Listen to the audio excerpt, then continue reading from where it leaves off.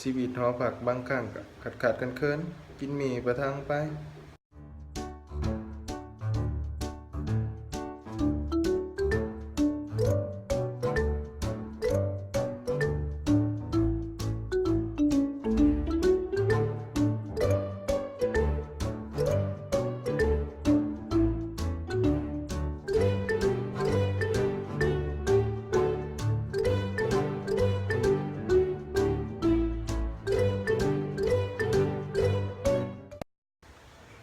ล่วงมาละเสาร์ชีวิตนักศึกษาอาศัยอยู่หอพัก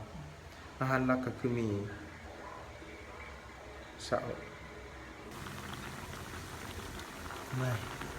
กินแต่มีไม่เสาร์